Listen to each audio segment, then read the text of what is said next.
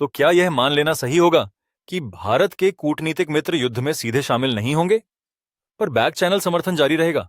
बिल्कुल। वे खुलकर शामिल न होकर भी रणनीतिक रूप से भारत के साथ रहेंगे, खासकर तकनीकी और खुफिया सहयोग में। लेकिन अगर चीन खुलकर पाकिस्तान के पक्ष में खड़ा हो जाता है, तो क्या अमेरिका चुप रहेगा? चुप तो नहीं रहेगा, पर शायद के प्रत्यक्ष हस्तक्षेप से बचेगा। अमेरिका के लिए दक्षिण एशिया में स्थिरता ज्यादा अहम है। हाँ, और अमेरिका की नजर तो इंडो पैसिफिक पर भी है। भारत उसके लिए वहां एक अहम सहयोगी है। सही कहा, यही कारण है कि अमेरिका भारत पर भरोसा करता है, लेकिन वो भारत से संयम भी चाहता है। यानी दोस्ती में भी सावधानी बरती जाएगी।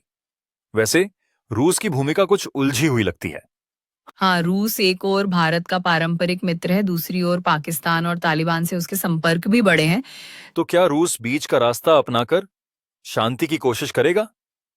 संभव है, लेकिन वो खुलकर पाकिस्तान के खिलाफ नहीं जाएगा। संतुलन रखना उसकी मजबूरी है।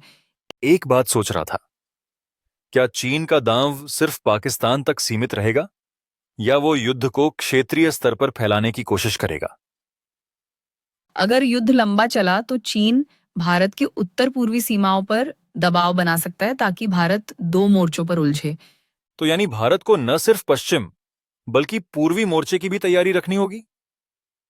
बिल्कुल। यही कारण है कि भारत अब सैन्य बुनियादी ढांचे पर अधिक ध्यान दे रहा है, खासकर अरुणाचल और लद्दाख में।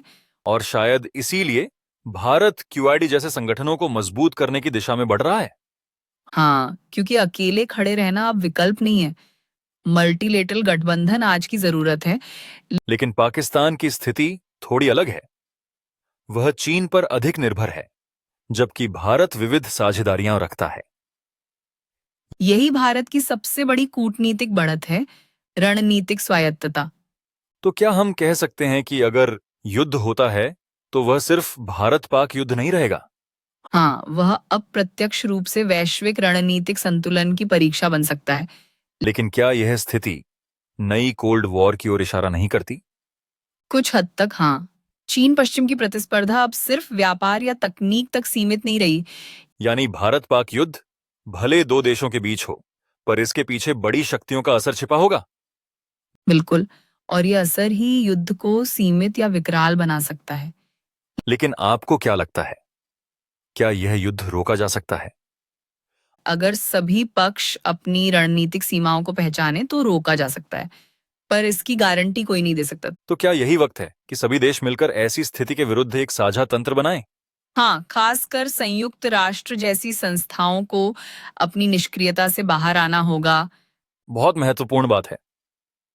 तो अंत में यह कहना गलत नहीं होगा कि युद्ध का खतरा जितना जमीनी है, उतना ही कूटनीतिक भी। और यही कूटनीति हमें इस संभावित आग से बचा सकती है, अगर समझदारी से निभाई जाए।